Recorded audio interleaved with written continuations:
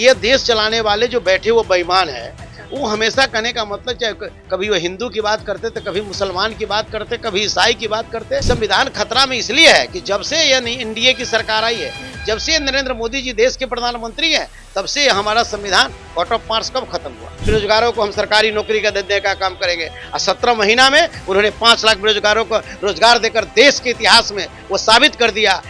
वैसे लोग जिन्होंने संविधान को खंडित करने का काम किया है, संविधान को बर्बाद करने का काम किया है, जो संविधान को इस देश से सुनने वाला और उसके काम को कराने वाला कोई नेता है तो राष्ट्रीय जनता दल है। और संविधान में जो आरक्षण बाबा साहब ने दिया था उसे वो संविधान की 9वीं सूची में डाले। और साथ साथ जो हमारा अम्बेडकर साहब का योगदान है इस देश की आज़ादी में, अगर हमारे बापू के योगदान है तो इस देश की आजादी में अबुल कलाम आजाद का भी योगदान भुलाया नहीं जा सकता है। मौजूदगी जो है वो राजद कार्यालय में है और राजद की तरफ से बाबा साहब की पुण्यतिथि और बाबरी शहादत दिवस जो है मनाया गया है। हमारे साथ सिकंदर राम जी है, उससे पूछेंगे कि सर मौजूद है अभी आप, बाबा साहब की पुण्यतिथि भी है और बाबरी मस्जिद शहादत दिवस भी आप लोग मना रहे हैं, अन्य पार्टियां ये नहीं मना रही है, तो आपको क्या लगता है, कैसे देखते हैं आप इसको? देखिए, आज बाबा साहब भीमराव अम्बेडकर साहब का पुण्यतिथि है। इस पुण्यतिथि के अवसर पर बाबा साहब के चरणों में 2 फूल अर्पित करता हूं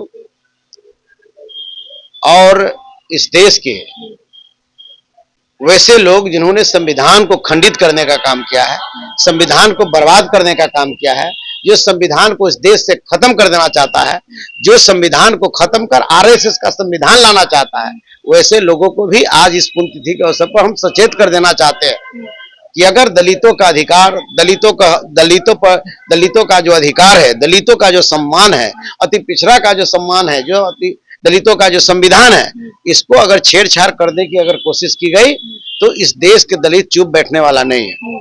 अगर यह देश के प्रधानमंत्री जी अगर आप दिल से अगर बाबा साहब भीमराव अम्बेडकर के चरण पर फूल अर्पित करते हैं तो मैं उनसे कहना चाहता हूं कि जो दलितों का जो आरक्षण जो बाबा साहब भीमराव अम्बेडकर ने दिया था संविधान में, इस संविधान में जो आरक्षण बाबा साहब ने दिया था उसे वो संविधान की 9वीं सूची में डाले।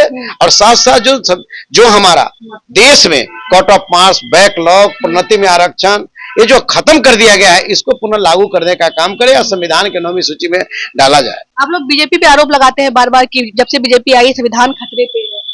नहीं, संविधान तो खतरे पे है, इसलिए मैं बोल रहा हूँ, मैं भी बोल रहा हूँ, हमारे नेता आदरणीय लालू प्रसाद यादव जी बोल रहे हैं, तेजस्वी प्रसाद यादव भी बोल रहे हैं और इंडिया गठबंधन के तमाम नेता हमारे बोल रहे हैं कि संविधान खतरा में इसलिए है कि जब से एनडीए की सरकार आई है, जब से नरेंद्र मोदी जी देश के प्रधानमंत्री है, तब से हमारा संविधान कोर्ट ऑफ मार्क्स कब खत्म हुआ, बैकलॉग खत्म कब हुआ, प्रोन्नति में आरक्षण की जो है कि पेच लगा करके फंसा के कौन रखे हुए हैं, हमारा जो था उच्च शिक्षा में 200 रोस्टर किसने खत्म करने का काम किया। तो ये तमाम चीज तो मेरा खत्म हो गया, आउटसोर्सिंग कर दिया गया, आउटसोर्सिंग से हमारा शक्ति टूटी, चाहे वो दलित का बेटा हो, अति पिछड़ा का बेटा हो या पिछड़ा का बेटा हो या समान वर्ग के गरीब का बेटा हो, कम से कम उसको चपरासी बनने का मौका मिलता था, माली बनने का मौका मिलता था, दबदार चौकीदार बनने का मौका मिलता था।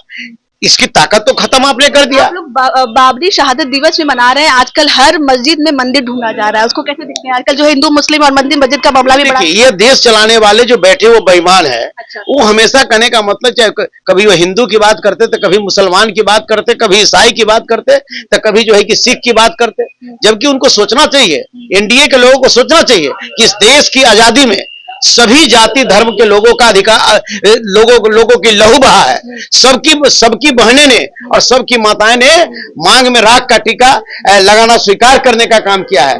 और इस संविधान और इस देश की आजादी में, अगर इस देश की आजादी में बाबा साहब भीमराव अम्बेडकर साहब का योगदान है, इस देश की आजादी में अगर हमारे बापू के योगदान है तो इस देश की आजादी में अबुल कलाम आजाद का भी योगदान भुलाया नहीं जा सकता है। बीजेपी वालों ने सर आज नया नाम रखा है तेजस्वी यादव का, उन्होंने कहा है कि हमने नया नाम रखा है तेजस्वी नहीं फेलस्वी है, हर चीजें फेल हो जाती है। अरे फेल हो जाते हैं तो पूछे ना, जिसके साथ गठबंधन में है, 17 साल से बिहार के मुख्यमंत्री कौन था जिसमें गलवहिया में लगा करके बैठे हुए हैं, काहे ने वहां नौकरी दे दिए थे, वही तेजस्वी प्रसाद यादव जी ना।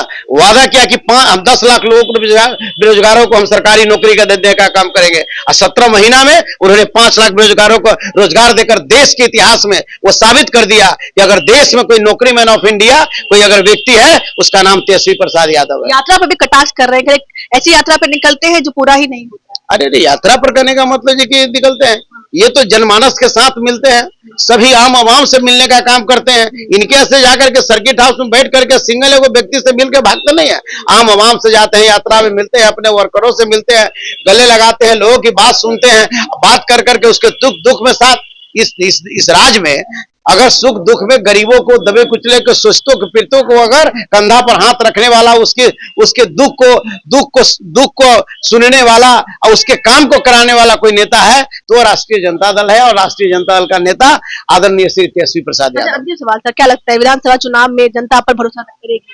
अरे जनता भरोसा करेगी नहीं तो क्या है? उपचुनाव में आपको हार देखने नहीं, उपचुनाव कोई माने नहीं रखता है। उपचुनाव की बात करने का मतलब ये 25 में हमारे नेता तेजस्वी यादव सीएम होने जा रहे हैं। सीएम कोई होने से कोई रोक नहीं सकता है, और जिस तरीका का माहौल बन रहा है, और खास करके हम तो अभी कम से कम 3 यूनिवर्सिटी में गए, छात्र जो है चाहे किसी बिरादरी के छात्र है, युवा पीढ़ी के लोग हैं, सारे लोग यही कहता है कि हमारा नौकरी तभी होगा जब तेजस्वी इस राज्य का मुख्यमंत्री होगा। तेजस्वी आएंगे तो नौकरी मिलेगी। हम निश्चित। बहुत बहुत धन्यवाद। हमारे साथ शिवचंद्र राम जी थे, आपने इनको सुना। बाकी आपकी क्या राय है? आज जो है हम राजद कार्यालय मौजूद है, यहाँ विशेष करके एक बात गौर करने की बात है कि यहाँ पे बाबरी मस्जिद शहादत दिवस मनाया गया है। इस पर जो है अन्य पार्टियों की क्या प्रतिक्रिया है वो भी हम जानने की कोशिश करेंगे। बाकी आप हमारे साथ बने रहिए, तब तक के लिए बहुत बहुत धन्यवाद।